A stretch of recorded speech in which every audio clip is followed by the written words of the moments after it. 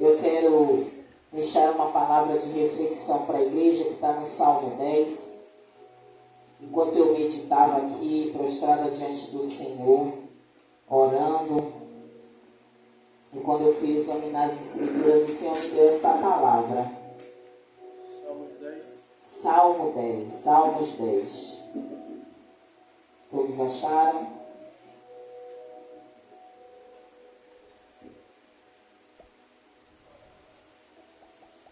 Eu confesso à igreja que quando eu comecei a percorrer esse capítulo,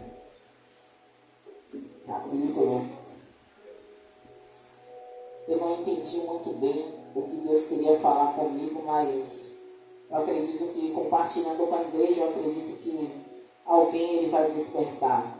Se não a igreja daqui, é a igreja que vai assistir.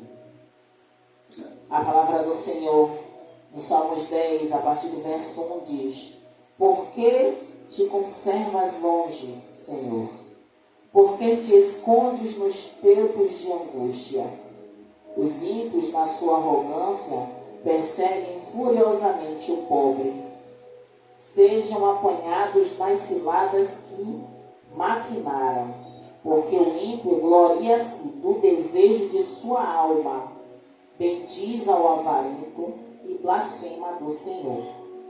Por causa do seu orgulho, o ímpio não investiga todas as cogitações. São, não a Deus. Os seus caminhos são sempre atormentadores. Os teus juízos estão longe dele. Em grande altura, trata com desprezo os seus adversários. Diz em seu coração: não serei abalado, porque nunca me verei na adversidade. A sua boca está cheia de imprecações, de enganos, de astúcia. Debaixo da sua língua há malícia e maldade. Põe-se nos cerrados das aldeias, nos lugares ocultos, mata o inocente. Os seus olhos estão ocultamente fixos sobre o pobre. Arma ciladas em esconderijos como o leão no seu covil. Arma ciladas para roubar o pobre, rouba-o colhendo na sua rede. Encolhe-se, abaixa-se para que os pobres caiam em suas fortes garras. Diz em seu coração: Deus esqueceu-se, cobriu seu rosto e nunca verá isto. Levanta-te, Senhor. Ó Deus, levanta a tua mão, não te esqueça dos necessitados, porque blasfema de Deus o ímpio, dizendo no seu coração que tu não inquirirás. Tu o viste, porque atentas para o trabalho e enfado, para tomares sob tua mão a ti o pobre se encomenda. Tu és o auxílio do órfão. Quebranta o braço do ímpio e malvado. Busca sua impiedade, até nada mais achares dela. O Senhor é Rei eterno. Da sua terra serão desraigados os gentios. Senhor, tu ouviste os desejos dos mansos. Confortarás o seu coração. Os teus ouvidos estarão abertos para eles, para fazeres justiça ao órfão e ao oprimido, a fim de que o homem que é da terra não prossiga mais em usar da violência. E quando eu examinei essa passagem, eu confesso, igreja, que não está acontecendo nada comigo que o Senhor tenha me dado essa palavra. Mas quando o Senhor veio trazendo e eu examinando e eu transcorrendo essa palavra, o salmista, louvado seja o nome do Senhor Jesus, ele vem falar objetivamente de como os ímpios eles trabalham para fazer o mal. A todo momento o salmista está falando aqui, sua boca está cheia de imprecações, de engano, de astúcia. Debaixo da sua língua há malícia e maldade. Então a palavra, louvado seja o nome do Senhor Jesus aqui, nesse cântico, que os salmos são cânticos, ele entoava para o Senhor como o ímpio persegue as pessoas, ou como o ímpio persegue o pobre. Como é a forma dele agir, como é a forma dele arquitetar malícias, maldades. Mas a todo tempo, louvado seja o nome do Senhor Jesus, o salmista, eu acredito que durante esta situação desse louvor, o salmista ele vai dizer assim, que ele sabe quem é Deus, que ele sabe que Deus pode fazer todas as coisas, mas ele questiona através do seu louvor, por que o Senhor, lá no primeiro versículo, por que o Senhor se conserva longe? Então no coração dele, tudo que estava acontecendo era injusto. Porque o Senhor permitia tudo aquilo acontecer? Porque o Senhor permitia os perversos, os malvados fazerem tantas coisas, arquitetarem o mal, roubar? Louvado seja o nome do Senhor Jesus. E ele fala, por que te escondes no tempo de angústia? Isso que esse salmista fala, muitas vezes nós não nos portamos ao Senhor conforme está este salmo. Mas muitas vezes a gente quer que o Senhor ele dê sinais de que Ele está ao nosso lado. A gente quer que o Senhor ele faça um sinal de fumaça, como o evangelista sempre fala aqui, um sinal de fumaça. Para que a gente saiba que o Senhor está conosco. Mas o Senhor em momento nenhum ele diz que não está. Não é porque a gente está passando por dificuldade, por alguma adversidade, como eu já falei, eu não estou passando por essa situação. Mas a gente sabe que o inimigo, a própria palavra vai falar, enquanto eu estava falando aqui, que eu trouxe a minha memória. A palavra vai falar que o nosso adversário, ele está em derredor de nós, bramando como um leão, buscando a quem ele possa tragar. Então a palavra é fiel a dizer, o diabo, ele não para de agir.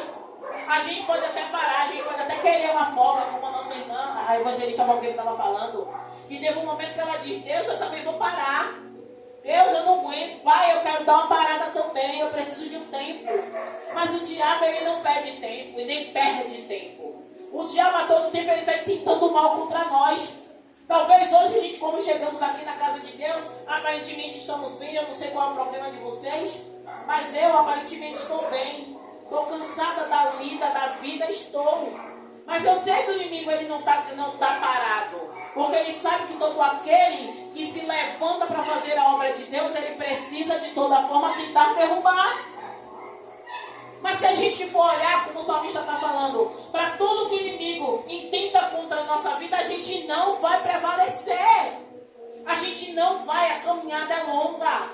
A palavra é fiel, que ela diz que o caminho é estreito. Sabe? A porta também é estreita. E se a gente quer entrar pela porta estreita, a gente precisa se encaixar na vontade de Deus. E para se encaixar na vontade de Deus, passaremos por aflições sim. Passaremos por perseguições sim, mas se a gente focar nisso, a gente vai esquecer quem é Deus em nossas vidas. A gente vai esquecer, sabe, que Ele é o autor e o consumador da nossa fé. Se o Senhor Jesus, louvado seja o nome do Senhor, Ele disse, eu irei para o Pai. Mas Ele também disse que Ele enviaria o outro Consolador. Para quê? Para estar conosco até a vinda de Cristo. Porque o outro Consolador, ele estaria conosco, nos conduzindo na caminhada. Ainda que o exército se levante, a palavra do Senhor bem claramente vai dizer, ainda que o exército se levante contra mim, eu não temerei. Mas o que é que a gente faz? Não precisa nem o exército se levantar, só um. Só um filho de Nabucodonosor se levantar, a gente já está correndo. Temido ao Senhor, então inquirindo ao Senhor, Senhor, por que te afastaste de mim? Como diz aqui o verso 1. Porque se conserva longe, Senhor. Porque te esconde o tempo de angústia.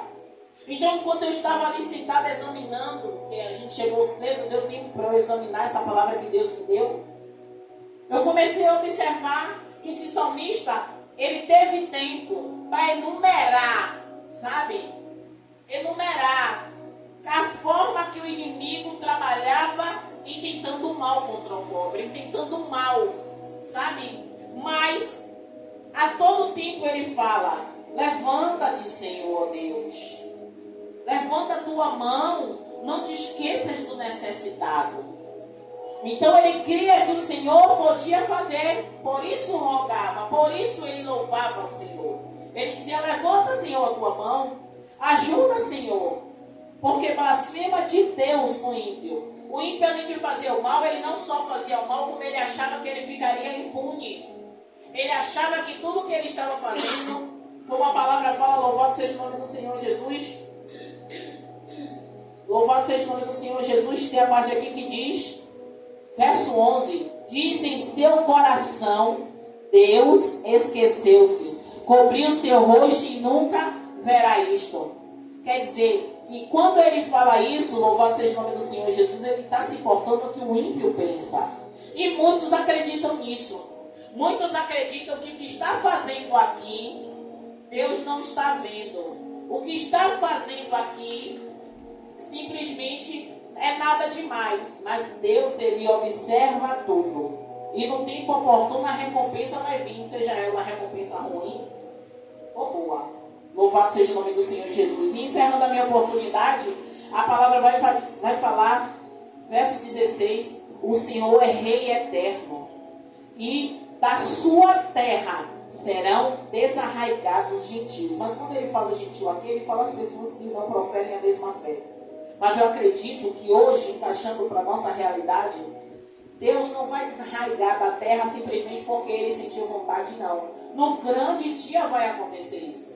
No grande dia vai acontecer. Por que no grande dia vai acontecer? Porque o Senhor, louvado seja o nome do Senhor, Ele tá separando uma igreja dentro da igreja. Como assim, missionário? Mas Deus também falou que Ele não separaria o joio do trigo.